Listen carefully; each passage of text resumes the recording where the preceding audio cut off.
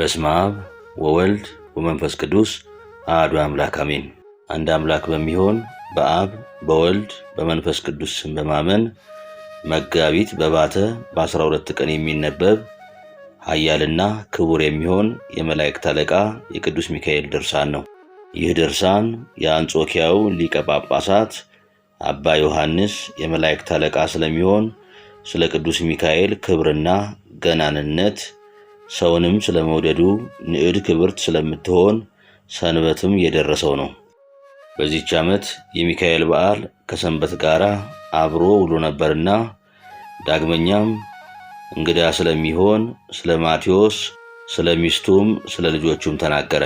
እነርሱም የመላእክት አለቃ በሚሆን በቅዱስ ሚካኤል ጸሎትና ልመና መጋቢት በባተ በ12 ቀን በዓሉን ያከብሩ ዘንድ የመላእክት አለቃ በሚሆን በቅዱስ ሚካኤል ቤተክርስቲያን በእግዚአብሔር አብ ፍቅር አንድነት ሕዝቡ ተሰብስበው ሳለ በእግዚአብሔር እንዳመኑ ይህ ድርሳን ይናገራል። ልመናውና አማላጅነቱ ይደረግልን፣ አሜን።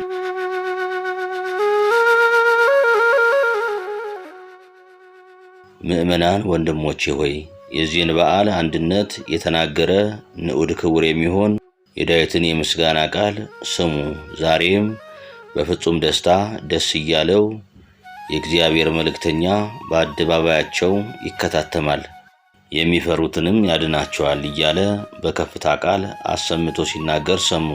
ወዳጆቼ ሆይ ዛሬ እነዚህ ሁለት በዓላቶች የመላእክት አለቃ የሚሆን የሚካኤል በዓልና የጌታችን የመድኃኒታችን የኢየሱስ ክርስቶስ ንዕድ ክብርት የምትሆን የትንሣኤው መታሰቢያ እሁድ የተባለች ሰንበት ናት። እነሆ ታላቅ ጸጥታ አየሁ፣ የሚያሰነካክለንም ጸብ ክርክር አልነበረም። ነገር ግን እናንተ ሁላችሁ የምነግራችሁ ትምህርቴን ትሰሙ ዘንድ ተዘጋጁ። ይህንን ነገር የምትሰሙ እናንተም አምናችሁ ቀጥሎ ያለውን አድምጡ። 100 ቅንጣት የሚሰጥ አለ፣ 60 ቅንጣት የሚሰጥ አለ፣ 30 ቅንጣት የሚሰጥ አለ። በእውነት ዋጋን የሚሰጥ ከእኛ ሩቅ እንዳልሆነ ታውቁ ዘንድ የሕያው እግዚአብሔር ልጅ ጌታችን መድኃኒታችን ሕይወትን በተሞላ አንደበቱ በእኔ ስም አምነው 2 እና 3 ሆነው ከተሰበሰቡበት ከዚያ እኔ በመካከላቸው እገኛለሁ ብሎ ተናግሯልና። እንግዲህ ፈጣሪያችን ከእኛ ጋር ከሆነ ገናና የሚሆን መዘምር ዳዊት በታላቅ ደስታ እግዚአብሔር በአራቱ ማዕዘን ንጉሥ ነው፣ እግዚአብሔር በአሕዛብ ሁሉ ላይ ነግሶአልና ነቅታችሁ ተግታችሁ አመስግኑ ያለውን እንቀበል እንመን። ወዳጆቼ ሆይ ዛሬ የመድኃኒታችን የኢየሱስ ክርስቶስ በዓል እንደሆነች ይወቁ። ይህችውም ክርስቲያን የሚያርፉባት ሰንበት ናት። አስቀድመን እግዚአብሔርን ልናከብረው ልናመሰግነው ይገባናል። ሁልጊዜ ለዘላለሙ ኃያል ክቡር መባል በእውነት ይገባዋልና። ከዚህም በኋላ የመላእክት አለቃ የሚሆን የቅዱስ ሚካኤልን ክብሩን ገናንነቱን እንናገር። በማቴዎስ ወንጌል መልአክ ሴቶችን እናንተስ አትፍሩ፣ የተሰቀለውን ኢየሱስን እንድትሹ አውቃለሁና ከዚህ ግን የለም ተነስቷል ብሎ ለደቀ መዛሙርቱ እንደነገራቸው አልሰማችሁምን አላቸው። የመልአኩን ፊት እንደ መብረቅ የሚያበራ ልብሱም እንደ በረዶ ነጭ ነው። ይኸውም አስቀድማችሁ እንደሰማችሁት በሰማይ ከሚኖሩ ከኃያላን ሰራዊት ወገን የሚሆን የመላእክት አለቃ ቅዱስ ሚካኤል ነው። ወዳጆቼ ሆይ እንግዲህ ዛሬ በዓሉን እናድርግ፣ ጌታችን በመካከላችን ተገኝቷልና። የመላእክት ሰራዊትም ሁሉ የሚካኤልንና የገብርኤልን በዓል ያከብራሉ። ሁልጊዜ ስለ ሰው ልጆች ከእግዚአብሔር ዘንድ ምሕረትን ይለምናሉና እግዚአብሔርም የሰው ልጆች ኃጢአታቸውን ይቅር ይላቸዋል። የመላእክት አለቃ የሚሆን ቅዱስ ሚካኤል ከቅዱሳን ወገን አብሮት የሌለ ማን ነው? ከእግዚአብሔር እየታዘዘ የክብርን አክሊል ይቀዳጅ ዘንድ ያላጽናናው ማን ነው? ወዳጆቼ ሆይ የመላእክት አለቃ የሚሆን ሚካኤል በጎ ሥራን ከሚሰሩ ሰዎች በፍጹም ልቦናቸው ወደ እግዚአብሔር ከሚቀርቡ ሰዎች ዘንድ እንዲኖር ያድናቸው ይረዳቸውም ዘንድ ስለ እርሳቸው ወደ እግዚአብሔር እንዲለምን ልታውቁ ብትወዱስ በእግዚአብሔር ኃይልና የመላእክት አለቃ በሚሆን በቅዱስ ሚካኤል ጸሎት ስለሚያምኑ ሰዎች የሆነውን የተደረገውን ይህን ታላቅ ተአምር ነግራችሁ ዘንድ ስሙ።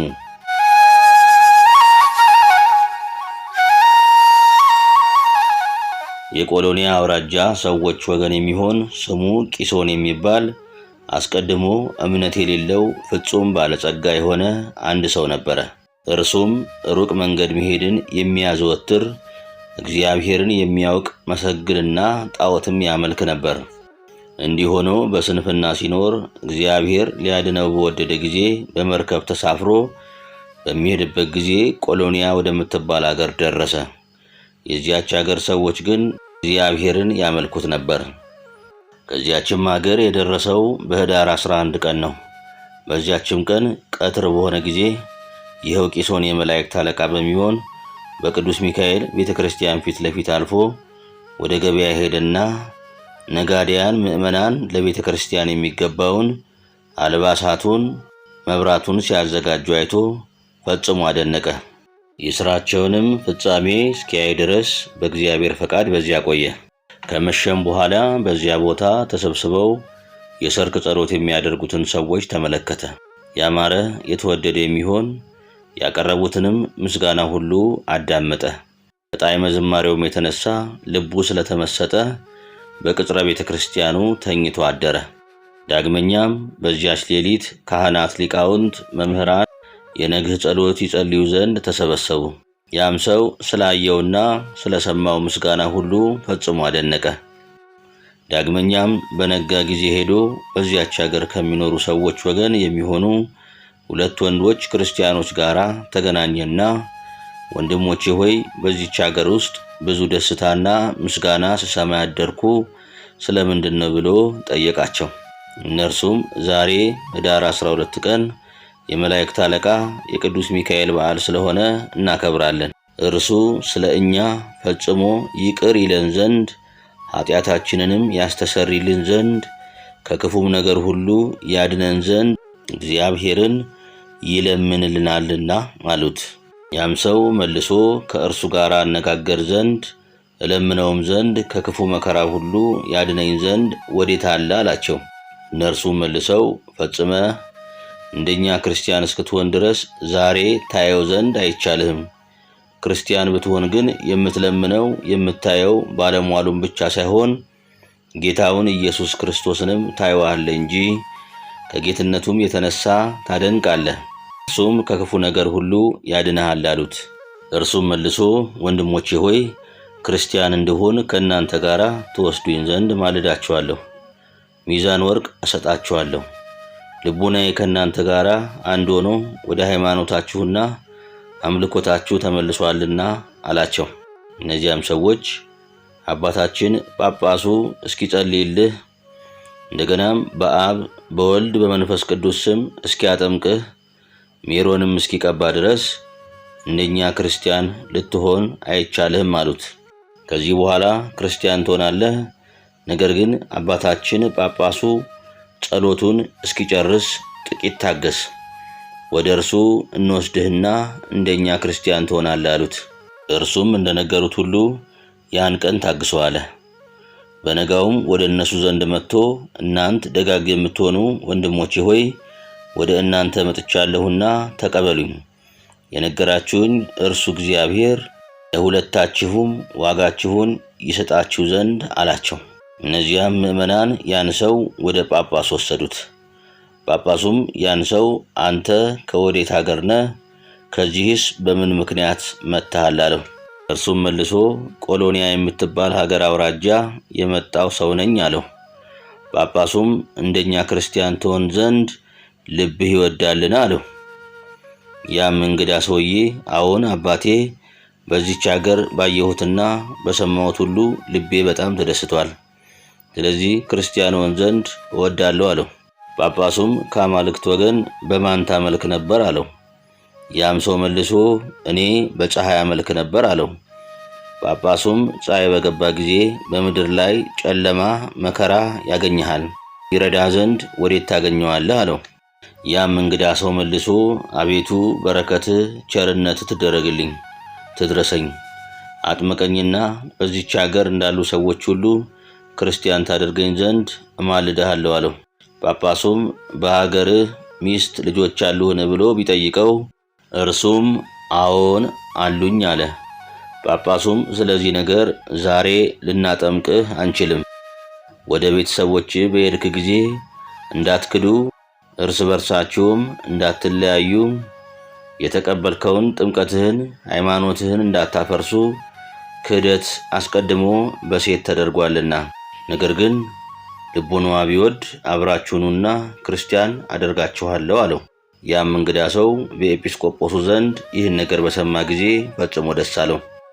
ያን ጊዜውን ከኤጲስቆጶሱ ዘንድ ቡራኬ ተቀብሎ ወደ ሀገሩ ይሄድ ዘንድ ተዘጋጅቶ ወጣ።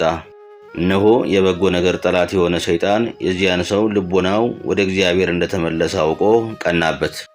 በጉዞ ላይ ሳለ ከባህር መካከል በደረሰ ጊዜ ኃይለኛ አውሎ ነፋስ አስነስቶ ማዕበሉን ከመርከቡ በላይ ከፍ ብሎ እንዲወጣና ከዳር ዳር እንዲደርስ አደረገው። መርከቢቱም ከመስጠሟ የተነሳ በመርከቢቱ ውስጥ የነበሩ ብዙ ሰዎች ሞቱ። ያም ሰው የመርከቢቱን መስጠምና የሰዎቹን መሞት ባየ ጊዜ በታላቅ ቃል ጮሆ አሰምቶ ጌታዬ ኢየሱስ ክርስቶስ ሆይ እርዳኝ፣ ከዚህ ከታላቅ መከራም አድነኝ፣ የመላእክት አለቃ በሚሆን በቅዱስ ሚካኤል ቤተክርስቲያን ስላየሁት ታላቅ ክብርና ምስጋና ፈጽሜ አምንብሃለሁ። እኔም በቤት ያሉ ሰዎችም ሁሉ ከእኔ ጋር ይመጣሉ፣ እስከ ዕለተ ሞታችንም ድረስ ክርስቲያን ሆነን እንኖራለን ብሎ ተማጸነ። ያን ጊዜ አይዞ፣ አትፍራ፣ አትደንግጥ፣ የሚያገኝ ነገር የለም፣ ክፉ ነገር ወደ አንተ አይቀርብም የሚል ቃል ከሰማይ መጣ። በዚህን ጊዜ ማዕበሉ ከላይ እስከታች ጸጥ አለ። መርከቡም ተስተካክሎ ቀንቶ ሄደ። እርሱም በእግዚአብሔር ትእዛዝ አንዳችም ክፉ ነገር ሳያገኘው አገሩ ደረሰ። ከቤቱም በገባ ጊዜ ደስ አለው። ያን ጊዜ ስለ እርሱ በመርከብ ውስጥ የተደረገውን ተአምራት ሁሉ ለወገኖቹ ቆሎንያ በምትባል አገር ያየውንም ሁሉ ለቤተሰቡ ነገራቸው። ከዚያም እኛ የምናመልከው ይህ ፀሐይ ከቶ አምላክ አይደለም፣ ነገር ግን ሕያው ባህሪ በሚሆን የእግዚአብሔር የባህሪ ልጁ ኃያል አምላክ በሚሆን ኢየሱስ ክርስቶስን ማምለክ ይገባናል። ይኸውም ሁሉም ከእርሱ የተገኘ የሰማይና የምድር ፈጣሪ ነው አላቸው። የመላእክት አለቃ የቅዱስ ሚካኤልን ክብሩን ገናንነቱን በነገራቸው ጊዜ ታላቁ ልጁ ፈጽሞ አደነቀ። ከዚያም ሚስቱ ወዳለችበት ሄዶ እንዲህ አላት፣ ብትሰምኝ ተነሺ፣ ከእኔ ጋር እንሂድ፣ ተጠምቀን ክርስቲያን በመሆን ለክርስቶስ እንገዛ ዘንድ። ፈጽሞ ሁለት ልብ አትሆኚ፣ አትጠራጠሪ። ልቡናሽ ባይወድ ግን አላዝሽም፣ አላስገድድሽም። እነሆ 12 ሚዛን ወርቅና ብር የተረፈ አለኝ፣ እሰጥሻለሁ። አንቺም በአምልኮትሽ ኑሪ። እኔ ግን ኃጢአቴ የሚሰረይበት ጥምቀትን እቀበል ዘንድ እሄዳለሁ አላት። ሚስቱም በጎ ምክር መከርከኝ፣ ነገርህም ያማረ የተወደደ ነው። ጌታዬ አንተ የምትሄድበት መንገድ ሁሉ በእውነት ያማረ የተወደደ ነው። እኔም ካንተ ጋር እሄዳለሁ። አንተ የምትሞተውን ሞት እኔም ካንተ ጋር እሞታለሁ አለችው። ሁሉም እርስ በርሳቸው በዚህ ተስማምተው ለመሄድ በመርከብ ተሳፈሩ። እግዚአብሔርም በቸርነቱና በረድኤቱ መርቶ ቆሎንያ ወደምትባል አገር አደረሳቸው። ከዚያም በደረሱ ጊዜ አስቀድሞ ወዳገኛቸው 2 ሰዎች ዘንድ ሄደው ሰላምታ ከሰጧቸው በኋላ ክርስቲያን የሆኑ ዘንድ እንደመጡ ነገሯቸው። እነዚያም ሰዎች አክብረው ተቀብለው ወደ ጳጳሱ ወሰዷቸውና ያ አስቀድሞ የመጣ ሰው እነሆ ከሚስቱ ከልጆቹና ከቤተሰቦቹም ጋር ክርስቲያን ይሆን ዘንድ መጥቷል አሉት። ጳጳሱም የነፍሳቸውን ደህንነት ስላገኙ በጣም ደስ አለው። ወደ ጳጳሱም በቀረቡ ጊዜ በእውነት ክርስቲያን ልትሆኑ ትወዳላችሁን አላቸው። እነርሱም መልሰው በትሕትና ቃል አባታችን ሆይ ክብርት በምትሆን ጸሎትህ የእግዚአብሔር ፈቃዱ ቢሆን አዎን እንወዳለን አሉት።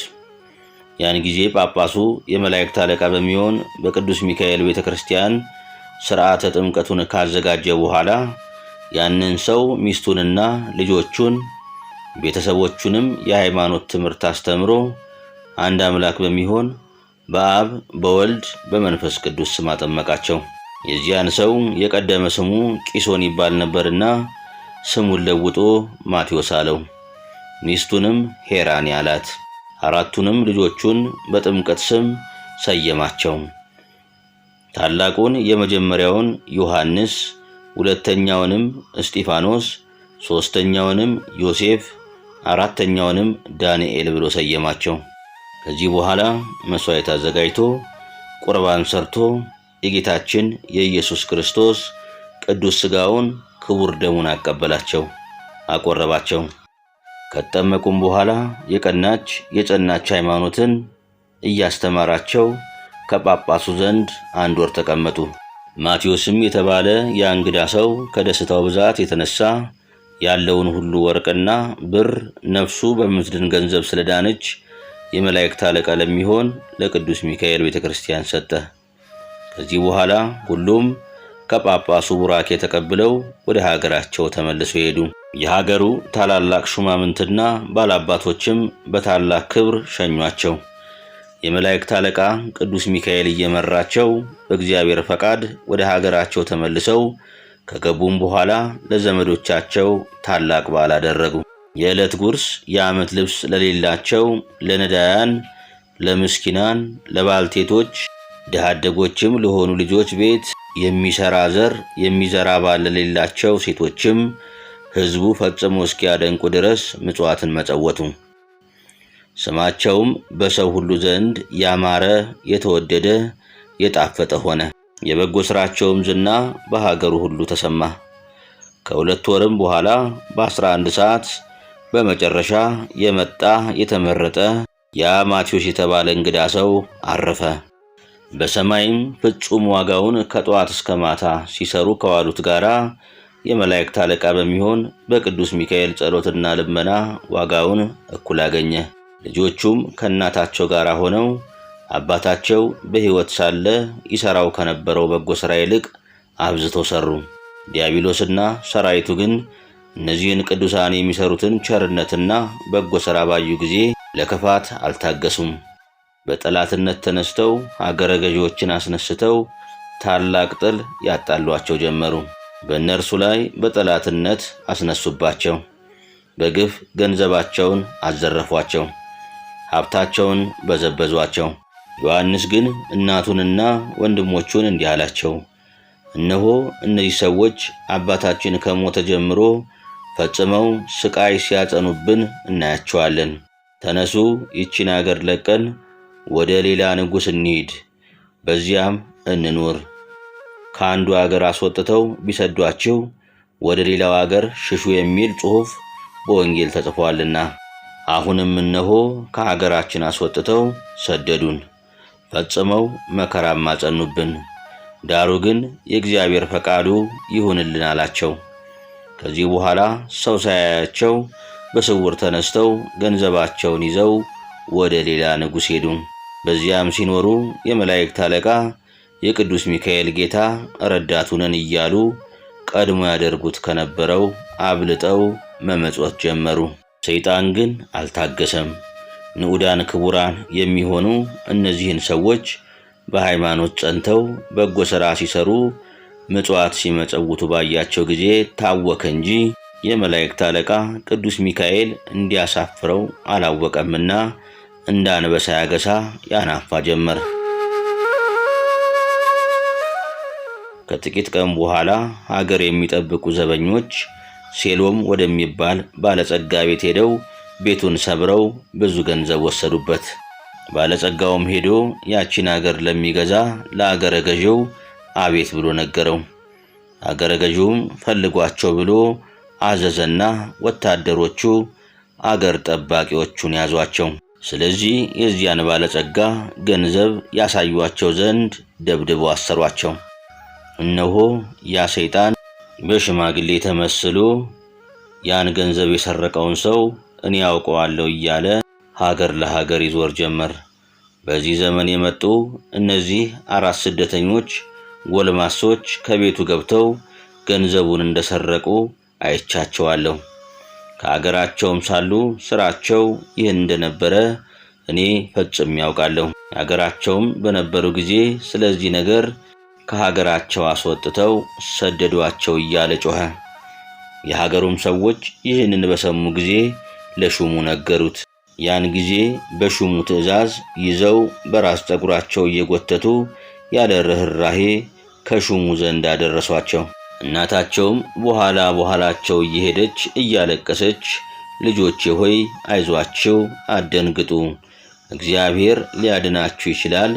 የምታምኑበት የመላእክት አለቃ የቅዱስ ሚካኤል ጸሎትም ከክፉ ሁሉ ሊያድናችሁ እንደሚችል አውቃለሁ። በእናንተ ላይ ሐሰት ተናግረውባችኋልና እያለች ታረጋጋቸው ነበር። ይህንንም ስትናገር የእግዚአብሔር ባለሟሎች አትፍሩ፣ እኔ አልተዋችሁም፣ ችላ አልላችሁም፣ ለዘላለምም ምንም ክፉ አያገኛችሁም፣ ከክፉ ነገር ሁሉ የምጠብቃችሁ እኔ ሚካኤል ነኝና አሁንም ከሹሙ ፊት ቆሙ የሚል ቃል እነሆ ከሰማይ መጣ። እነሆ የመላእክት አለቃ ቅዱስ ሚካኤልም የንጉሥ መልእክተኛ መስሎ ከሩቅ ሲመጣ ሹሙ ባየው ጊዜ ከወንበሩ ተነስቶ በፍርድ አደባባይ ተቀምጦ ያን ፍርድ ይሰማ ዘንድ ጋበዘውና በፍርድ ሸንጎ ተቀመጠ። ያም ሹም እነዚያን ብላቴኖች አቅርቧቸው ብሎ አዘዘና በቀረቡ ጊዜ እናንተ የሴሎምን ገንዘብ ፈጥናችሁ አምጡ፣ ከፍተኛ ፍርድ ሳይፈረድባችሁ በፊት ስጡት አላቸው። እነርሱም መልሰው በዚህ ሥራ እንዳልገባንበትና እንዳልተባበርንበት የክርስቲያን አምላክ የሚሆን ሕያው ባሕሪ እግዚአብሔር ንዑድ ክቡር የሚሆን የመላእክት አለቃ ሚካኤልም ያውቅልናል አሉት። የመላእክት አለቃ ቅዱስ ሚካኤልም ሹሙን እንዲህ አለው፣ መስፍን ሆይ በእውነት ገንዘቡ የሚገኝበትን ምክንያት እኔ ያውቃለሁ። የእነዚህን ጎልማሶች ታናሽ ወንድማቸውን ይዛችሁ እኒህን ሰዎች ካመጧቸው ሀገር ጠባቂዎች ቤት አስገቡትና የሴሎም ገንዘብ በጌታዬ በኢየሱስ ክርስቶስ ስም ይገለጽ ብሎ ይጮህ። ስለዚህ ምክንያት እናገኛለን፣ እግዚአብሔርም ያን ጊዜ እውነተኛውን ነገር ይገልጽልናል አለው። ከዚህ በኋላ ሹሙ የመላእክት አለቃ ቅዱስ ሚካኤል እንዳዘዘው ታናሽ ወንድማቸውን አምጥተው ከጠባቂዎች ቤት ያስገቡት ዘንድ አዘዘና ያ ብላቴና በጌታዬ በኢየሱስ ክርስቶስ ስም የመላእክት አለቃ በሚሆን በቅዱስ ሚካኤል ጸሎት የሴሎም ገንዘብ ይገለጽ ብሎ ጮኸ። ያን ጊዜ የእግዚአብሔር ቃል መጥቶ ከእንደዚህ ያለ ቦታ ውረዱ፣ ሁሉንም ታገኛላችሁ። ይህ ታናሽ ብላቴናና ወንድሞቹ ከኃጢአት ንጹሐን ናቸው ሲል ከዚያ የነበሩ ሁሉ ሰሙ። ያን ጊዜ ፈጥነው ወደ ዋሻው ወረዱና የባለጸጋውን ገንዘብ ሁሉንም አገኙ። የሆነውንም ሁሉ ለሹሙ ነገሩት። እርሱም የንጉሡ መልእክተኛ ተመስሎ ለመጣው ለቅዱስ ሚካኤል ይነግረው ዘንድ በተመለሰ ጊዜ አላገኘውም። በዚህም የተነሳ ፈጽሞ አደነቀ። ዳግመኛም እነዚያን 4ቱን ብላቴኖች በነጻ ሰደዳቸው።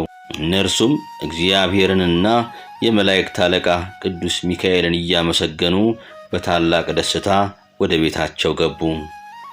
እነዚያም ቅዱሳን ከበጎ ሥራቸው የተነሳ ሌሎች ያዩትና የሰሙት ሁሉ እስኪያደንቁ ድረስ ሁልጊዜ የሚሰሩትን ቸርነትና በጎ ሥራን አላጓደሉም።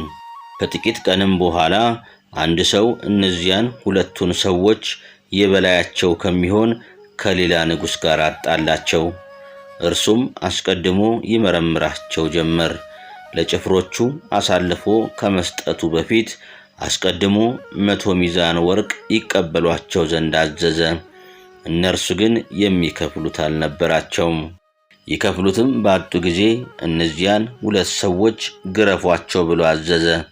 ያን ጊዜ ክቡር የሚሆን ዮሐንስ በቅርብ ተገናኛቸውና የንጉሥ አሽከሮች እነዚያን 2 ሰዎች ያለ ርኅራኄ ሲገርፏቸውና ሲደበድቧቸው ተመለከተ። እርሱም እነዚህን ሰዎች የምትገርፏቸውና የምትደበድቧቸው ምን ሰርተው ነው አላቸው። የንጉሡም ወታደሮች መልሰው 200 ዲናር ወርቅ እንዲከፍሉ አዘናቸው ነበር አሉት። 200 ዲናር ወርቅ በሰጣችሁ ትለቋቸዋላችሁ አላቸው። ወታደሮቹም መልሰው አዎን እንለቃቸዋለን፣ ካልሰጡን ግን በሞት እንቀጣቸዋለን አሉት። ዮሐንስም ወታደሮቹን እሺ ወደ እናንተ እስክመለስ ድረስ ጥቂት ታገሱኝ ሲል ለመናቸውና 200ውን ሚዛን ወርቅ አምጥቶ ሰጣቸው። በእነርሱ ላይ ለሰለጠኑ እሊያም 4 ወታደሮች ለእያንዳንዳቸው አንዳንድ ሚዛን ወርቅ ሰጣቸውና 2ቱን ጎልማሳዎች ፈተው ሰደዷቸው።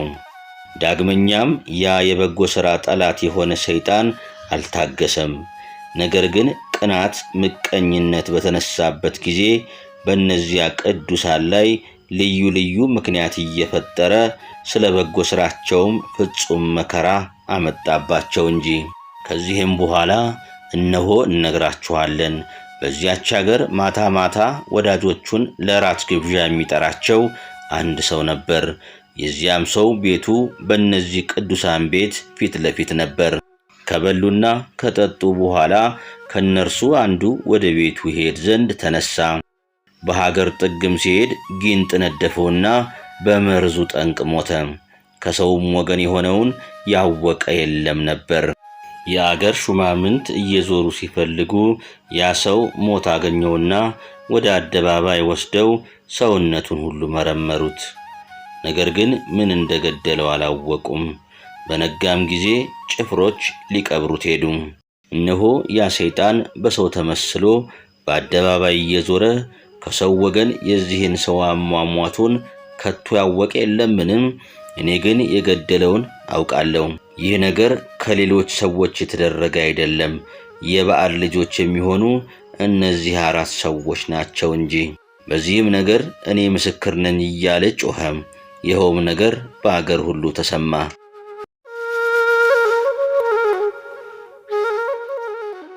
ከዚህ በኋላ ሹም ሄዶ ከሲጦስ ለሚባል ንጉሥ ነገረው። ያን ጊዜ ንጉሡ እነዚያን 4 ብላቴኖች እጃቸውን በሰንሰለት ወደ ኋላ አስረው አንገታቸውን አንቀው እየጎተቱ ያመጧቸው ዘንድ አዘዘ። ከንጉሡም ፊትም እስኪያደርሷቸው ድረስ እያዳፉ አመጧቸው። ያን ጊዜ አይዟችሁ፣ አትፍሩ፣ እነሆ የድካማችሁ ዘመን አለፈ፣ ከእግዚአብሔርም ዘንድ በጎ ዕረፍትን የምታገኙበት ጊዜ ደረሰ የሚል ቃል ከሰማይ መጣ። እነርሱ ግን እንደ በደለኛ እንደ ወንጀለኛ ከንጉሡ ፊት አቆሟቸው። እነሆ ያን ጊዜ የመላእክት አለቃ ቅዱስ ሚካኤልና ለሮም ንጉሥ መልእክተኛ ተመስሎ መጣ። ወደ እርሱም በቀረበ ጊዜ የመላእክት አለቃ ቅዱስ ሚካኤልና ንጉሡ አንድነት በፍርድ ወንበር ተቀመጡ።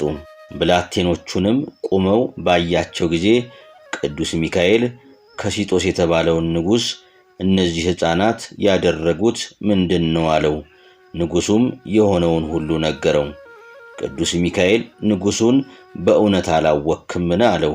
ንጉሡም ወታደሮቹን እነዚያን ብላቴኖች አምጡ ብሎ አዘዘ። በመጡ ጊዜም የገደሉት እነዚህ ናቸው አለው። የመላእክት አለቃ ቅዱስ ሚካኤልም እንዲህ አለው፣ በሀገራችን ሰው በሞተ ጊዜ የገደለውን ባናውቅ እንዲህ በሆነ ጊዜ ያን የሞተውን ሰው ከመካከላችን አስመጥተን ከእኛ ጋር ይነጋገር ዘንድ ማን ነው የገደለው ብለን እርሱን እንጠይቀዋለን፣ የገደለውንም ይነግረናል። አሁንም በእውነት የገደለውን ልታውቅ ከወደድክ ያን የሞተውን ሰው ያመጡት ዘንድ እዘዝ፣ እኛም እንጠይቀዋለን፣ እርሱም ከእኛ ጋር ይነጋገራል፣ የገደለውን እናውቅ ዘንድ አለው። ያን ጊዜ ንጉሡ የሞተውን ሰው ሕዝቡ ወደ ተሰበሰበበት አደባባይ ያመጡት ዘንድ አምጡት ብሎ አዘዘ። የመላእክት አለቃ ሚካኤልም ከወንድሞቹ የሚያንስ ዳንኤልን እንዲህ አለው፣ ሂደህ የሞተውን ሰው የሰማይና የምድር ንጉሥ በሚሆን በጌታዬ በኢየሱስ ክርስቶስ ስም የሆንከውን ንገረኝ በለው አለው። ብላቴናውም እንዳዘዘው አደረገ። ሰውን የሚወድ እግዚአብሔርም ያን ጊዜ እጹብ ድንቅ የሚሆን ስሙ በቦታ ሁሉ ይመሰገን ዘንድ ወደደ። ያምኑበትም ዘንድ ያን የሞተ ሰው ነፍስ ከሥጋዋ ጋር አዋህዶ አስነሳው።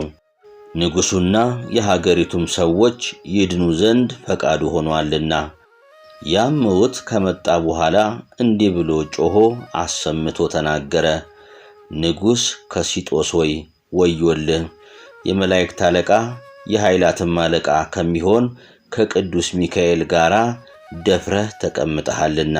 የሀገሩ ሰዎችም የሚጠሏቸው እነዚህ ሰዎችም ንጹሐን ቅዱሳን ናቸው፣ ኃጢአትም የለባቸውም።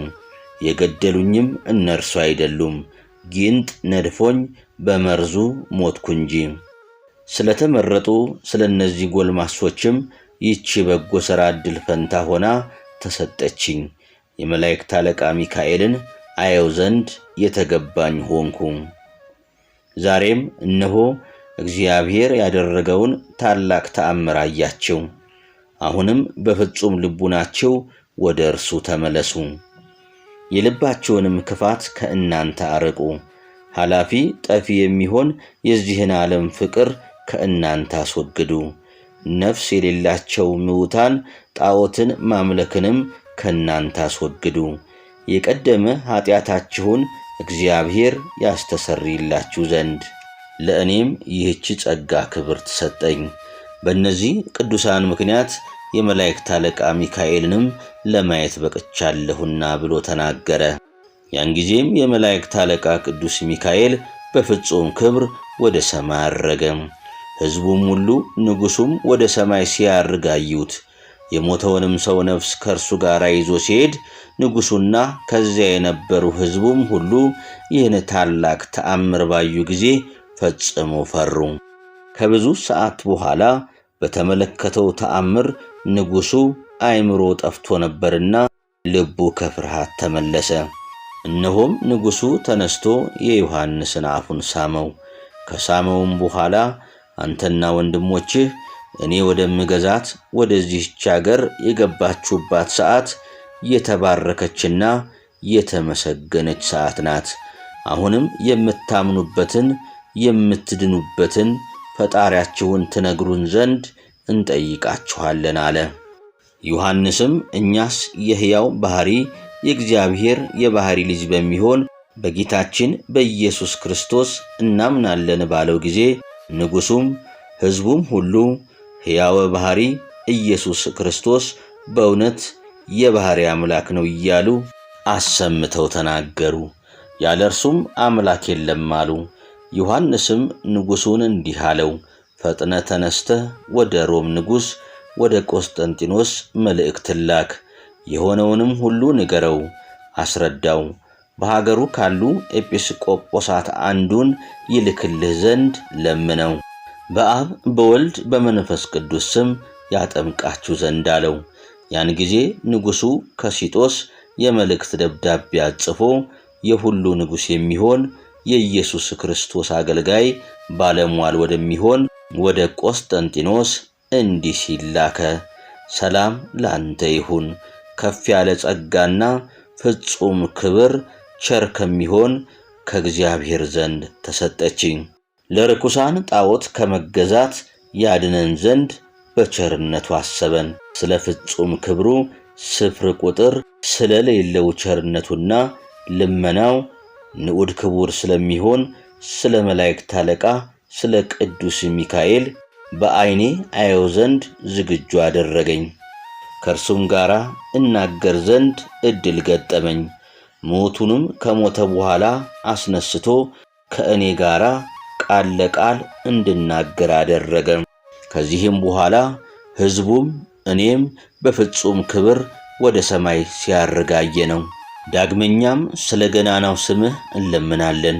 አንተ በምትገዛው አገር ካሉ ኤጲስቆጶሳት አንዱን ልከህልን የቀናች የጸናች ሃይማኖትን ያስተምረን ዘንድ በእውቀቱና በትምህርቱ ብርሃን ያበራልን ዘንድ ወደ እግዚአብሔር መርታ የምታደርሰን የጽድቅ መንገድ የምትሆን ወንጌልን አስተምሮን የጥምቀት ልጅነትን ይሰጠን ዘንድ አማኒ ጻድቅ ስለሚሆን ስለ ንጉሱ ደህንነት ይህንን ብታደርግልን የዓለሙ ሁሉ ንጉስ የሚሆንና ከሃሊነቱ የባህሪ ከሚሆን ከጌታችን ከኢየሱስ ክርስቶስ ዘንድ የሕይወት ዘውድን ትቀዳጃለህ፣ መንግሥተ ሰማያትንም ታገኛለህ አለው። ንጉሱ ቆስጠንጢኖስም ያችን የመልእክት መጽሐፍ በታላቅ ደስታ ተቀብሎ አነበባት። ባነበባትም ጊዜ ስለተደረገው ተአምራት ፈጽሞ አደነቀ፣ እግዚአብሔርንም አመሰገነው።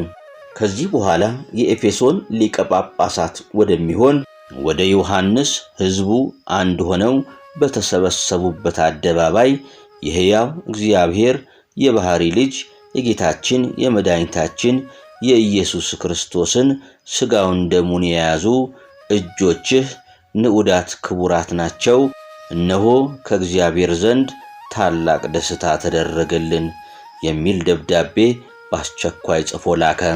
እነሆ መልእክተኞችም ከእኛ ዘንድ መጥተዋል፣ ደስ እንድትሰኝና ደስታ በደስታ ላይ እንድትጨምር እናውቃለን።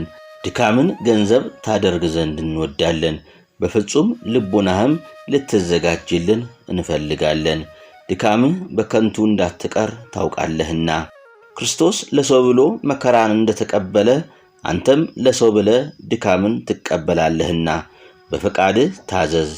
ዲዲያስ ወደምትባል ሀገርም ሂድና በኢየሱስ ክርስቶስ ስም አሳምነ በዚያ ያሉ ሕሙማንን ትፈውስ ዘንድ በአብ በወልድ በመንፈስ ቅዱስ ስም አጥምቀህ ርኩሳን ለሚሆኑ ለጣዖታት ከመገዛትም ታድናቸው ዘንድ ይኸውም በጌታችን በኢየሱስ ክርስቶስና ንዑዳን ክቡራን በሚሆኑ በመላእክት ዘንድ መመኪያ ይሆንሃል። በፈጣሪያችን በኢየሱስ ክርስቶስ በካህሊነቱ ነፍሳችን ከእነርሱ ጋር አንድነት ትድን ዘንድ። ንጉሡ ቆስጠንጢኖስም ያንን የእርሱን የደብዳቤውን መልእክትና ንጉሥ ከሲጦስ የጻፈውን ሌላ መልእክት ጨምሮ የኤፌሶን ሊቀ ጳጳስ ወደሚሆን ወደ አባ ዮሐንስ ላከ። የጳጳሳቱ አለቃም ያን የመልእክት ጽሑፍ ባነበበ ጊዜ በዙሪያውና በየአውራጃው ያሉ አሕዛብ ወደ ክርስቲያናዊነት ስለተመለሱ ፈጽሞ ደስ አለው። ያን ጊዜ ፈጥኖ ተነስቶ ቀሳውስትን፣ ዲያቆናትን፣ አናጉስጢስን፣ መዘምራንን ከ3 የጸሎት መጻሕፍት ጋር 12 መምህራን መረጠ። ታቦተ ማርያምንና ታቦተ ሚካኤልን፣ ታቦተ ጴጥሮስንና ታቦተ ጳውሎስን ይዞ መስዋዕት የሚያዘጋጅበትን ንዋየ ቅድሳት፣ የወርቅ ጽናዎችን፣ የወርቅ ጻሕሎችን፣ 4 መስቀል፣ 4 የወርቅ ጽዋዎችን፣ 4 የብር ጽዋዎችን፣ የወርቅ አዘቦና የሐር መጎናጸፊያዎችን፣ ለእያንዳንዱ ታቦት 4 የወንጌል መጻሕፍት፣ የሐዋርያው የጳውሎስን መጽሐፍ፣ የሐዋርያትን ሥራ የሚናገር መጽሐፍ፣ የዳዊትን መዝሙሮች፣ ሌላውንም ለቤተ ክርስቲያን የሚያስፈልገውን ሁሉ አዘጋጅቶ ፈጸመ። ከዚህ በኋላ እግዚአብሔር መንገዳቸውን ያቀናላቸው ዘንድ ጸሎት አድርገው በፍጹም ደስታ ጉዞአቸውን ቀጠሉ። ወደዚያ ሀገርም ለመድረስ በተቃረቡ ጊዜ ሊቀ ጳጳሱንና ከእርሱ ጋር ያሉ የካህናቱን መምጣት ለንጉሡ ስለነገሩት ንጉሡም ዮሐንስም ሕዝቡም ሁሉ በታላቅ ደስታ ሊቀ ጳጳሱን ሊገናኙት መጡ። ወደ እርሱም በቀረቡ ጊዜ ንጉሡም ሕዝቡም ሁሉ ከፍ ያለ አቀባበል አደረጉለትና ከእርሱ ዘንድ ቡራኬ ተቀበሉ። ንጉሡም የሆነውን ነገር ሁሉ ለሊቀ ጳጳሱ ዮሐንስን እያሳየ እግዚአብሔር ስለዚህና ስለ ወንድሞቹ ይቅር አለን ብሎ ነገረው። እንደዚህም ሁሉ በፍጹም አንድነት ወደ ከተማው ከገቡ በኋላ ንጉሡ ሊቀ ጳጳሱን ወደ ቤተ መንግሥቱ ይገባ ዘንድ ለመነው፣ ማለደው። በዚያች ሀገር ቤተ ክርስቲያን ገና አልሰሩም አላነጹም ነበርና። በነጋታውም ሊቀ ጳጳሱ ንጉሡን ቤተ ክርስቲያን ሥራ ብሎ አዘዘው። ዳግመኛም በዚህች ሀገር ለዚህ ሥራ የሚስማማ አዲስ ቦታ አለን ብሎ ጠየቀው። ንጉሡም ለሊቀ ጳጳሱ አዎን፣ ለቤተ ክርስቲያን መስሪያ የሚሆን አዲስ ቦታ አለ አለው። እንግዲያስ ለቤተ ክርስቲያን የሚገባ እንደሆነ እኒና እንመረምር ዘንድ ተነስ እንሂድ አለውና አንድነት ሄደው ቤተክርስቲያን የሚሰሩበትን ቦታ ባዩ ጊዜ የተመቸ ሆኖ ስላገኙት ሊቀ ጳጳሱ ደስ አለው። ንጉሱም ቤተክርስቲያን እንሰራ ዘንድ አዋጅ ነገሩ ብሎ አዘዘና አዋጅ ነጋሪ በሀገሩ ሁሉ ዞሮ አዋጅ ነገረ። ሕዝቡም ሁሉ ድሃውም ባለጸጋውም ቀኛዝማቹም ቢትወደዱም ተሰበሰቡ። ንጉሱም ከጌታችን ከኢየሱስ ክርስቶስ በረከትን ያገኝ ዘንድ እንደ ሕዝቡ በእጁ ጭቃና ኖራ ደንጊያ እያቀበለ የሥራው ተካፋይ ሆነ። በእግዚአብሔር ፈቃድ በ44 ቀን ሰርቶ ስለፈጸመ ሊቀ ጳጳሱ በሥጋዋም በሕሊናዋም ድንግል በምትሆን አምላክን በወለደች ብርሃን ዘበአማን የሚባል የጌታችን የኢየሱስ ክርስቶስ እናቱ ንዕድ ክብርት በሆነች በእመቤታችን ስም ያችን ቤተ ክርስቲያን ሰየማት፣ አከበራት፣ ባረካት። ንጉሱም የሚጠመቁ ብዙ ሰዎችን ያለው የቤተ ክርስቲያን የማጥመቂያ ቦታዎች ሳይዘጋጁ እነዚህን ሁሉ ሰዎች በወዴት ታጠምቋቸዋላችሁ አለ። ብልሁ አዋቂ ዮሐንስም መልሶ ንጉሱንና ሊቀ ጳጳሱን በሀገራችን በከተማችን በስተ ምስራቅ በኩል ባህር አለ፣ እርሱም ለዚህ ታላቅ ክብር የሚገባ ይመስለኛል አላቸው። በዚያኑ ጊዜም የእግዚአብሔር ጸጋን የተቀበለ የእግዚአብሔር ልጅ ይሆናል የሚል ቃል ከሰማይ ተሰማ። ንጉሱም ሊቀ ጳጳሱም ሕዝቡም ሁሉ በሰሙ ጊዜ አደነቁ። ሕዝቡም ሁሉ ይሰብሰቡ አለና ለቡራኬ ተሰበሰቡ። ሊቀ ጳጳሱም ፍጹም የጥምቀት ጸሎትን እየጸለየ በዚህች ዕለት ታላቅ ተአምር ተደረገ። ሊባርካቸውም በቀረበ ጊዜ ሕዝቡ ሁሉ ከሊቀ ጳጳሳቱ ጋር ይደልዎ ይደልዎ የሚል ድምፅ ከሰማይ ሰሙ። የጥምቀቱንም ጸሎት ከፈጸመ በኋላ ወደ ማጥመቂያው ውረዱ ብሎ አዘዛቸው። ያን ጊዜም ሁሉም በአብ በወልድ በመንፈስ ቅዱስ ስም እንጠመቃለን እያሉ በመጮህ ወደ ባህሩ እየዘለሉ ገቡ። ንጉሱና ሕዝቡም ሁሉ ከተጠመቁ በኋላ ሊቀ ጳጳሱ ወደ ቤተ ክርስቲያን ገብቶ ዮሐንስን ኤጲስቆጶስነት ሾመው። 3ቱን ወንድሞቹንም አንዱን ቄስ 2ቱን ደግሞ ዲያቆናት አድርጎ ሾማቸው። ለንጉሱም ስሙ አጋላስ የሚባል ልጅ ነበረውና ለእርሱም የዲቁና ማዕረግ ስለሰጠው ሕዝቡ ሁሉ ደስ አላቸው። ከዚያም ሊቀ ጳጳሱ የቅዳሴውን ሥርዓት ይሠራ ዘንድ በጀመረ ጊዜ ንጉሱም ሕዝቡም ሁሉ እንደዚህ ያለውን ድንቅ ድንቅ ተአምራት በመስማታቸውና በማየታቸው ፈጽሞ አደነቁ። በዚህ ሀገር መሥዋዕት አዘጋጅቶ ሥጋውን ደሙን ሲያቀብላቸው የመጀመሪያ ጊዜ ነውና። ሥጋውን ደሙን ከተቀበሉ በኋላ የጳጳሳቱ አለቃ ከእርሳቸው ወገን ለእያንዳንዱ ቡራኬ ሰጥቷቸው በታላቅ ደስታ ወደ የቤታቸው ይገቡ ዘንድ አሰናበታቸው። የጳጳሳቱ አለቃም የቤተ ክርስቲያንን ሥርዓት እያስተማራቸውና እየመከራቸው 2 ወር ያህል ከተቀመጠ በኋላ በታላቅ ክብር ወደ ሀገሩ ተመልሶ ሄደ። ሊቀ ጳጳሱና ንጉሱ ከሲጦስ ከዚህ ጊዜ ያደረስከን ለዚህ ክብር ያበቃህን ተመስገን ብለው እግዚአብሔርን አመሰገኑት። ንዑድ ክቡር የሚሆን ዮሐንስንና ወንድሞቹንም አከበሯቸው፣ ከፍ ከፍ አደረጓቸው። የእግዚአብሔርን መንግሥት ለማስተማርና ለማሳወቅ ተልከዋልና። ከጥቂት ዘመን በኋላ ኤጲስቆጶሱ ንጉሥ ከሲጦስን የመላእክት አለቃ በሚሆን በቅዱስ ሚካኤል ስም ቤተ ክርስቲያን እንስራ አለው። ንጉሱም ኤጲስቆጶሱን አባቴ ሆይ የወደድከውን አድርግ፣ እነሆ እኛ ያዘዝከንን ሁሉ እንፈጽም ዘንድ ይገባናልና አለው። ንዑድ ክቡር የሚሆን ኤጲስቆጶስ ዮሐንስም የሀገሩ ሰዎች ሁሉ በፍጹም ትጋትና ድካም እየረዱት በ10 ወር ቤተ ክርስቲያኒቷን ሰርቶ ጨረሰ። ከዚያም ኅዳር በባተ በ12 ቀን ቤተ ክርስቲያኒቱን የመላእክት አለቃ በሚሆን በቅዱስ ሚካኤል ስም ሰይሞ ቀደሳት፣ ባረካት። የቅዱስ ሚካኤል በዓል ከቅዳሴ ቤተ ክርስቲያኑ ጋር በአንድ ውሎ ነበርና።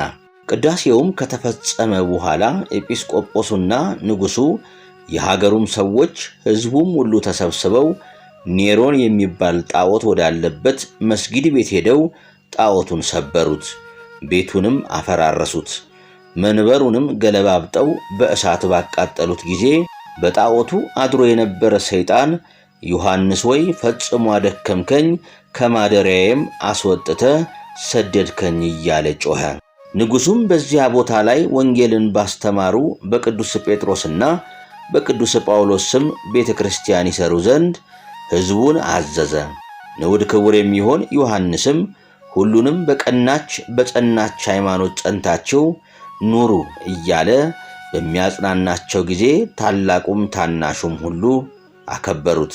ንጉሡ ቆስጠንጢኖስም ዮሐንስ ያደረገውን ሁሉ ታምራት በሰማ ጊዜ እግዚአብሔርን አመሰገነው። እርሱንም መንግሥቱንም ይባርክለትና ይመርቅለት ዘንድ መልእክተኛ ወደ እርሱ ላከ። በዚያም አብድያኖስ በሚባል ሀገር አማልክትን ጣዖትን ያጠፋ የደመሰሰ ዳንኤልን ሾመባት። ንዑድ ክቡር የሚሆን ዮሐንስ ባለበት ዘመን ሁሉ እግዚአብሔር በእጆቹ ስላደረጋቸው ብዙ ስለሚሆኑ ተአምራት ሁልጊዜ ቸርነትን ያደርግ ነበር። ወዳጆቼ ሆይ የእግዚአብሔርን ኃይል አይታችሁ እወቁ። የመላእክት አለቃ የሚሆን የቅዱስ ሚካኤልንም እርዳታ ተመልክታችሁ ተረዱ። በምድር በተዘሩ ፍሬያት ሁሉ የሚካኤል ልመናው እርዳታው ይገኛል። አዝርዕትም ፍሬያቸውን የሚሰጡ የሚካኤል ጸሎትና ልመና ነው። መርከቦች በጸጥታ ተጉዘው ከባህር ማዕበል ሞገድ አልፈው ከወደባቸው እንዲያርፉ የሚያደርጋቸው የሚካኤል ጸሎት ነው። በስደታቸው ጊዜ ያጸናቸው ዘንድ በየተራራውና በየኮረብታው በሚዞሩ ባህታውያን ላይ የቅዱስ ሚካኤል ጸሎትና እርዳታ ከዚያ ይገኛል። መነኮሳት በተሰበሰቡበት የእግዚአብሔርን ፍቅር አንድነት በመካከላቸው ይኖር ዘንድ የመላእክት አለቃ የሚሆን የቅዱስ ሚካኤል ጸሎትና እርዳታው ከዚያ ይገኛል። ኤጲስቆጶሳት፣ ቀሳውስትና ዲያቆናት በሚጸልዩበት ማዕደ ጸሎት ላይ የቅዱስ ሚካኤል በረከቱ ከዚያ ይገኛል።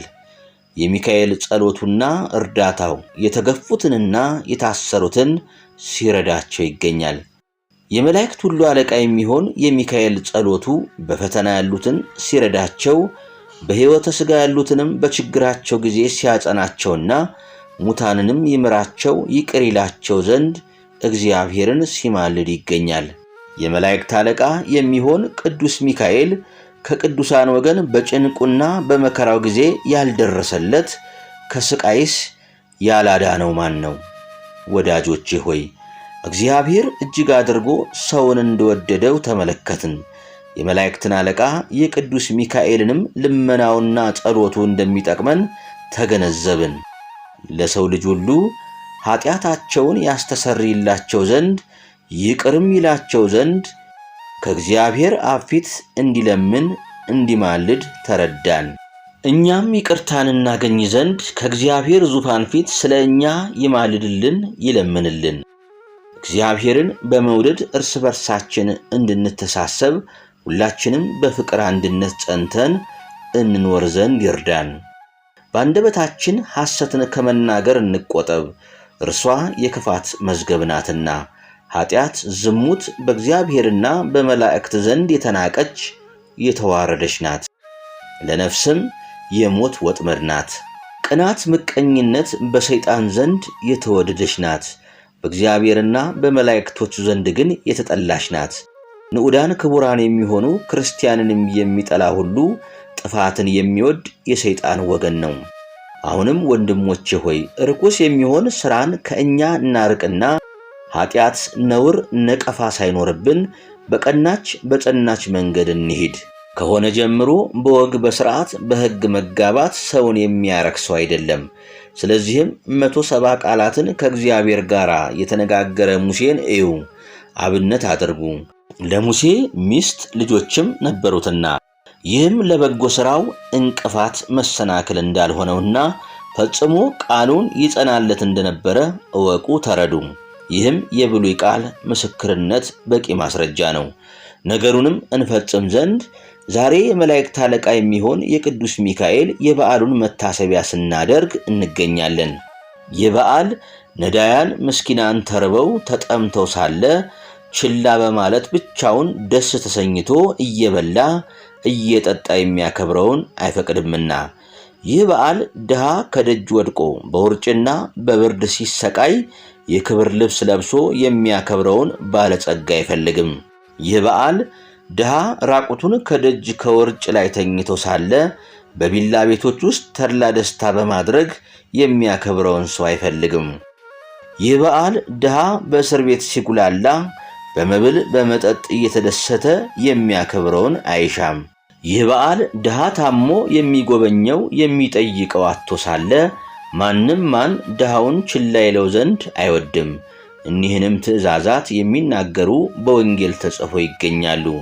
ዛሬም ወንድሞቼ ሆይ በቅን ልቦና ሆነን የመላእክት አለቃ ሚካኤልን እንለምነው በቃል ኪዳኑ ከእግዚአብሔር ጸጋ ክብርን ያስገኝልን ዘንድ። እንዲሁም እግዚአብሔር በቸርነቱ በሰው ልቦና ያልታሰበውን ይሰጠን ዘንድ ዳግመኛም የመላእክት አለቃ በሚሆን በቅዱስ ሚካኤል ጸሎትና ንዕድ ክብርት በምትሆን በጌታችን በኢየሱስ ክርስቶስ እናት በነፍስ በሥጋ ድንግል በሆነች በእመቤታችን በማርያም ልመናና ጸሎት ዓለም ሁሉ ጸንቶ እንዲኖር ነግራችኋለሁ። አሁንም ይህ በዓል በሚገባ ክብር እናክብረው። ይህን ክብር ለመፈጸም ጊዜው እንደቀረበ እንደደረሰ አውቀን ተረድተናልና። ክብር ምስጋና የሚገባው ጌታችን መድኃኒታችን ኢየሱስ ክርስቶስንም እናመሰግነዋለን። ክብር፣ ጌትነት፣ ገናንነት፣ ሥልጣን፣ ልዕልና፣ ሰጊድ ሁልጊዜ ለአብ ለወልድ ከእርሱ ጋር በባህሪ በሕልውና ለሚተካከል ማህያዊ ለሚሆን ለመንፈስ ቅዱስም በእውነት ለዘላለሙ ይገባል፣ አሜን። ይህንን መጽሐፍ የጻፈውን ያጻፈውን ያነበበውን የተረጎመውን እግዚአብሔር አንድ አድርጎ በመንግሥተ ሰማያት ይማረን ይቅር ይበለን። በፍርድና በመከራ ቀንም የመላእክት አለቃ በሚሆን በቅዱስ ሚካኤል ክንፈ ረድኤት እግዚአብሔር ከመከራ ሁሉ ይሰውረን። ፍጹም ልመናው በረከቱና አማላጅነቱ የጸሎቱም እርዳታ ለዘላለሙ ከኛ ጋር ይኑር፣ አሜን።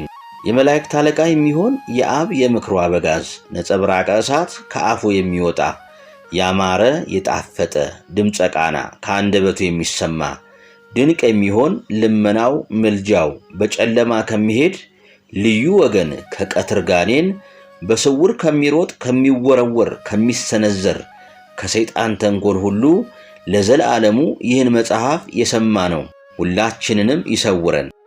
ንዑድ ክቡር የመላእክት አለቃ ቅዱስ ሚካኤል ያደረገው ተአምር ይህ ነው። በአንዲት ሀገር ቅዱስ ሚካኤልን የምትወድ በገንዘቧ እጅግ የበዛ በገንዘብ የከበረች አንዲት ባለጸጋ ሴት እንደነበረች ተነገረ። በየወሩ በታላቅ ደስታ ዝክሩን ትዘክር ነበር። በመትጋትም ለነዳያን ለምስኪናን በጎ ሥራ ትሠራ ነበር። በቅዱስ ሚካኤል ስም የተራቡትን በማብላት የተጠሙትን በማጠጣት የታረዙትን በማልበስ ያዘኑትንም በማረጋጋትና ይህን ሁሉ በመሰለው በጎ ተግባር በመስራት ትኖር ነበር። በሃይማኖት ጸንታ ይህንን ስታደርግ ሳለች ታላቅ ደዌ የሚሆን ቁስለ ሥጋ ይዟት መላ አካሏ ሁሉ አበጠና ተነፋ። መነሳት ተሳናት። ሰውነቷ በሙሉ በእሳት እንደተቃጠለ ሆነ። መድኃኒት ወደሚያውቁ መልእክት ላከችና ያን ጊዜ ፈጥነው ወደ እርሷ እንደደረሱ ደዌዋን ሁሉ ነገረቻቸው። በሽታዋንም በደንብ ተከታትለው ያድኗት ዘንድ እነርሱ ከጠየቋት በላይ ብዙ ገንዘብ ሰጠቻቸውና እጅግም ተማጸነቻቸው። ነገር ግን በሽታዋ እየጸናባት ከመሄዱ በቀር ሊያድናት የተቻለው የለም። ይልቁንም እየባሰባት ሄደ። ያድኗት ዘንድ ለባለ መድኃኒቶች ገንዘቧን ሰጥታ ከጨረሰች በኋላ ጤና እንዳላገኘች ባወቀችና በተረዳች ጊዜ ሕያው ባሕሪ ወደሚሆን ወደ ልዑል እግዚአብሔር ለመነች። ዓይኖቿንም ወደ ሰማይ አቅንታ የመላእክት አለቃ የይቅርታና የምሕረት መልእክተኛ የምትሆን ጌታዬ ቅዱስ ሚካኤል ሆይ ከዚህ ጽኑ ደዌ ታድነኝ ዘንድ እለምንሃለሁ። ለቤተ ክርስቲያንህም 12 ወቄት ወርቅ እሰጣለሁ። በየወሩም በ12 ቀን ዝክርህን አደርጋለሁ እያለች በታላቅ ቃል እየጮኸች ተማጸነች። ከዚህ በኋላ ዘመዶቿንና ቤተሰቦቿን አስጠርታ የመላእክት አለቃ የሚሆን የቅዱስ ሚካኤልን ስዕል አምጡልኝ፣ ወደ እግዚአብሔር እለምንበት እማጸንበትም ዘንድ አለቻቸውና ያን ጊዜ በሰሌዳ የተሳለ የቅዱስ ሚካኤልን ስዕል አመጡላት። ያን ጊዜ ፈጥና ተነስታ በቁርጥ ሐሳብ የቅዱስ ሚካኤልን ጸሎት አምና ተቀብላ አቀፈችው፣ ሳመችው። እየሰገደችም የመላእክት አለቃ ሚካኤል ሆይ እርዳኝ፣ ከዚህ ጽኑ ደዌ ፈጽመህ አድነኝ። ዓለሙን ሁሉ እንደ እንቁላል እንደ ጽና በመሃል እጁ በያዘ በእግዚአብሔር ፊት የምትቆም ስለ አዳም ልጆችም የምትለምን የምትማልድ አንተ ነህና የእኔን የገረድህን ኃጢአትም እግዚአብሔር ይቅር ይለኝ ዘንድ ከዚህም ጽኑ ደዌ ያድነኝ ዘንድ የምትለምን የምትማልድ አንተ ነህና የመላእክት አለቃ ሚካኤል ሆይ ከዚህ ደዌ ፈጽመ ብታድነኝ የይቅርታና የምሕረት ነጠብጣብም ቢያርፍብኝ በፍጹም ልመና በፍጹም ምልጃ እኔ ገረድህ የዳንኩም ብሆን ዝክርህን አላስታጉልም እያለች ፍጹም መሪር በሆነ ለቅሶ እንባዋን አብዝታ በማፍሰስ ይህንን ተናገረች። ከዚህ በኋላ ወደ ስዕል ቤቷ አስገባችውና በቅዱስ ሚካኤል ስዕል ፊት መብራት አብርታ እየተማጸነች ሳለች እንቅልፍ መጣባትና ከቅዱስ ሚካኤል ስዕል በታች ተኛች። በዚያች ሌሊት በጽኑ ደዌ ተይዛ ስትጨነቅ ሳለ እነሆ የይቅርታ መልእክተኛ የመላእክት አለቃ ቅዱስ ሚካኤል ተገልጾ ታያት። እርሷም ወዳለችበት ቤት በገባ ጊዜ ብርሃኑ ቤቱን ስለመላው ልክ እንደ ቀን ፀሐይ ሆነ። ከራሷ በኩል ቆሞ ደረቷን ጎኗን በዳበሳት ጊዜ ከእንቅልፏ ነቅታ ተነሳች። ባየችውም ጊዜ ደንግጣ እንደ ሞተ ሰው ሆነች። ሴቲቱ በጣም ደክማ ነበርና ከዚህ አስቀድሞም ራእይ ተገልጾላትም አያውቅም ነበርና እርሱ ግን እጁን ዘርግቶ አነሳት፣ ፍርሃቷንም አስወግዶላት ዳሰሳትና ማለዳ ተነስተሽ በመብራቱ ቀንዲል ያለውን ዘይት ወስደሽ መላ አካልሽን ተቀቢውና በጥሩ ውሃ ተጠመቂ፣ ጥቂትም ውሃ ጨምረሽ ፈጥነሽ ጠጪው፣ ከዚህ ደዌሽ ፈጽመሽ ትድኛለሽ አላት። ነገር ግን አስቀድመሽ አደርጋለሁ ብለሽ የተሳልሽውን ብጽዓትሽን እንዳትዘነጊ በማለት አስጠነቀቃት። በነጋም ጊዜ ከእንቅልፏ ነቃችና ተነስታ የእግዚአብሔር መልአክ ቅዱስ ሚካኤል እንዳዘዛት ስላደረገች እንደ ውሃ ነጠብጣብ ወይም እዥ የሚመስል ፈሳሽ ነገር ከሰውነቷ ስለወጣ ያን ጊዜውኑ ፈጥና ዳነች።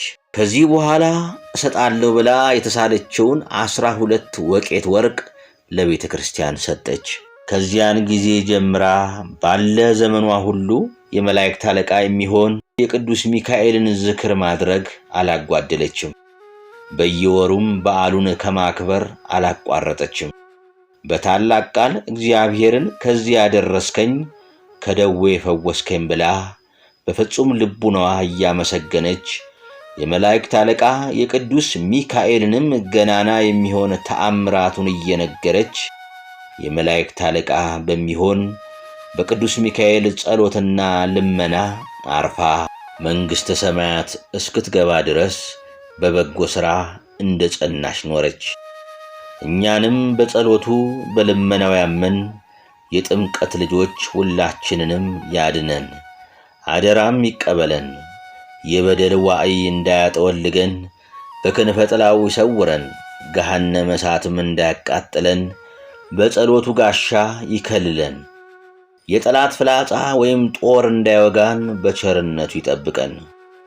ሞተ ኃጢአት እንዳያገኘን ከደዌ ሥጋችን ከደዌ ነፍሳችን ያድነን።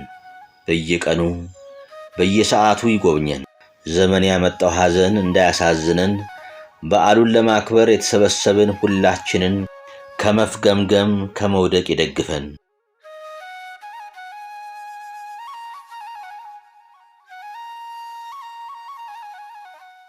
በአብ ስም አምነን አብን ወላዲ ብለን፣ በወልድ ስም አምነን ወልድን ተወላዲ ብለን፣ በመንፈስ ቅዱስ ስም አምነን መንፈስ ቅዱስን ሰራጺ ብለን ምንም ላጠይቁ አካላት ሦስት ብንል በባህሪ በህልውና አንድ አምላክ ብለን አምነን መጋቢት በባተ በ12 ቀን የመላእክት አለቃ ንዑድ ክቡር የሚሆን የሚካኤል መታሰቢያ እንደሆነ እንናገራለን።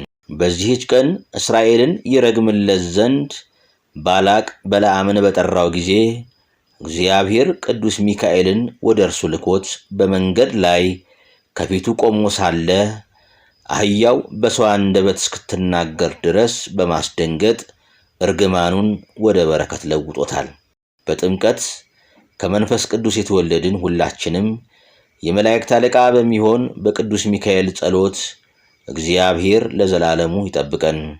በእውነት ያለ ሐሰት በዚህ ጊዜ ተገኘ ተብሎ ዘመን በማይቆጠርለት አምላክ ፊት ቆመው ከሚያመሰግኑ ወገኖች ቅድሚያ ይዞ ለተገኘው ሊቀ መላእክት ሰላም እላለሁ። እንዲሁም ሌሎች አይተው ይፈሩ ዘንድ የእግዚአብሔር አገልጋይ የሚሆን የቅዱስ ሚካኤል ተልእኮን በሚያፋጥን ዲያቆን አምሳል የነፍሴን ጠላት አፋጥኖ ያጥፋልኝ። አነሳስቶ ላስጀመረን አስጀምሮ ላስፈጸመን ለልዑል እግዚአብሔር ክብር ምስጋና ይሁን፣ አሜን።